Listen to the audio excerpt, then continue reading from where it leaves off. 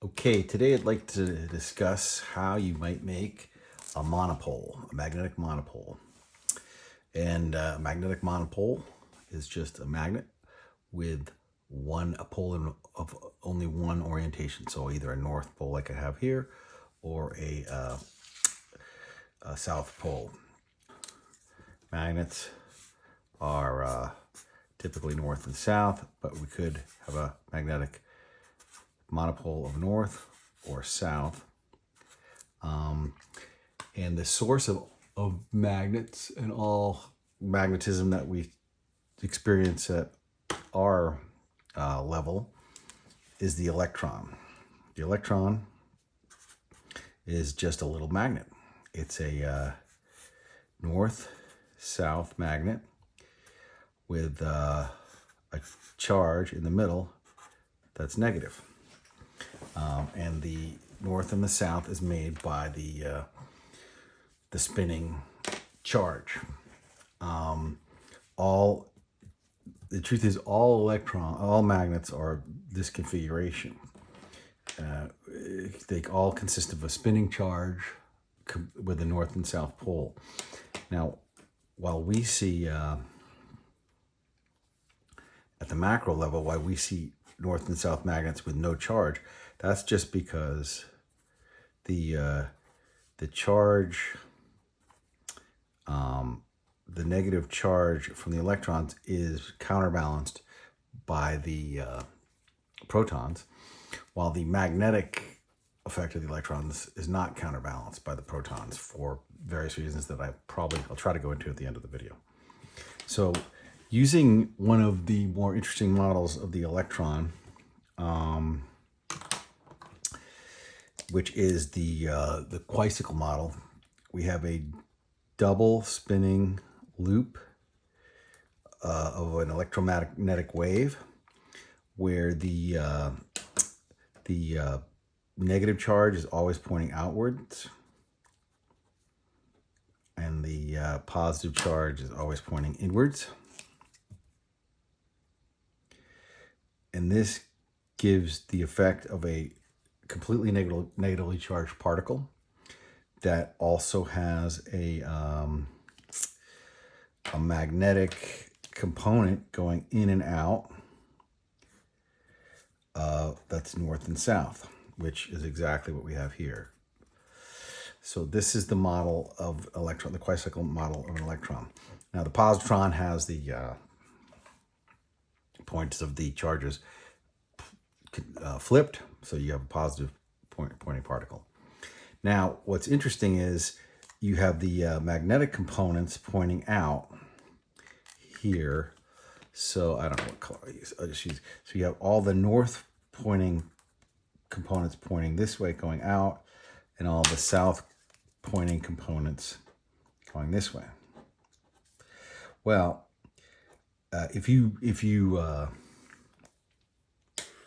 put any validity on this model, it would be very easy to just flip the EM wave by 90 degrees. So let's do it again. Here's your EM wave and its double rotation. And in this case, all the, I'll do this in orange, all the north pointing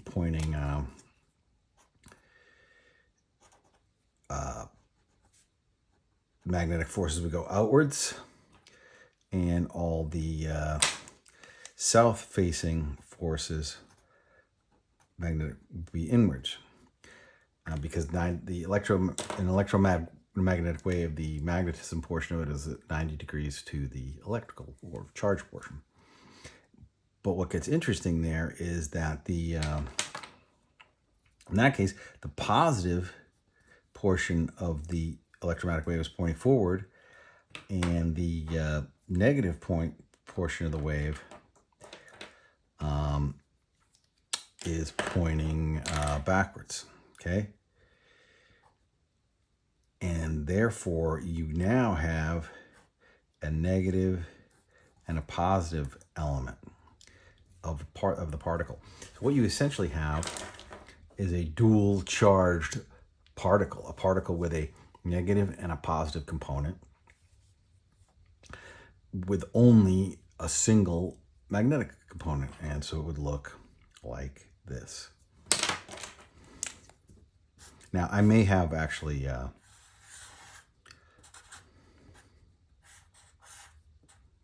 so if an electron, a natural electron looks like this,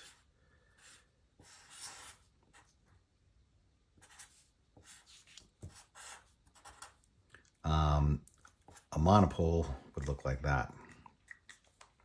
So you have, instead you have a magnetic charge with a in the center with two oppositely charged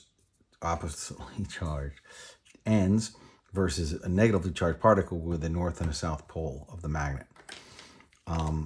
Now, so this is, I think this is a testament to how useful physical models are, because I don't think you'd come up with this just staring at equations. At least I wouldn't. But if you have a good model, then you can easily make changes to find possible other effects. Now, there's reasons why we never see this. It would be very interesting, right, to try to make it, but I don't think we have that capabilities. But the reason why, one possible reason why we don't see this is that the magnetic field is the field strength is significantly larger than the electrical field strength. And so in this configuration here, this would be a higher energy configuration.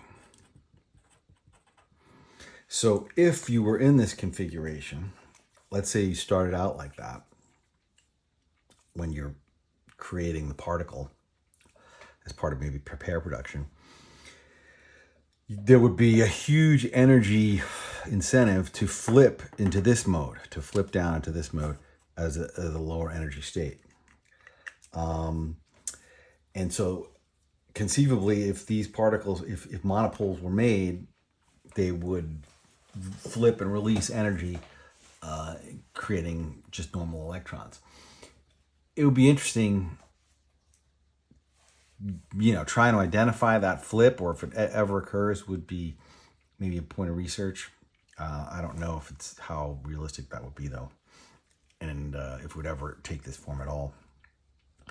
Another reason, though, is, so this is spinning around at the speed of light. This electromagnetic wave is spinning around at the speed of light in the double loop. And it's right at the edge of stability, okay? Now, in order to generate the energy required for the neutron, even if it was stable, it would be about 64 times as much energy. So in some sense, this would have to go square root of 64 times faster around the circle. And obviously, if it's already close to the speed of light, it can't achieve those types of speeds. Now, if it was larger, if the loops were larger, it's possible it could be done. But then there may be something in the stiffness, in the makeup of space-time, where a larger nonlinear wave is not supported. It doesn't resonate, okay? And so that's another possible reason why you just don't see monopoles. And finally, getting back to the magnet, the reason why the positive protons do counteract the charge, but not the magnetic moment, is for whatever reason, the magnetic moment of a proton is substantially less than the magnetic moment of an electron. So even if they're all oriented in the opposite direction to counteract the magnetic moment of the electrons when they're lined up, it wouldn't be strong enough to counteract that effect.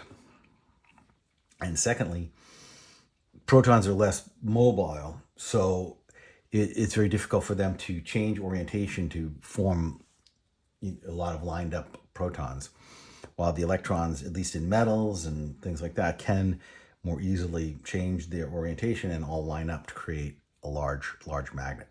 This is why at the macro scale you only see the magnetic force, you don't see the charge force as you do in the atomic scale. Okay, that's it.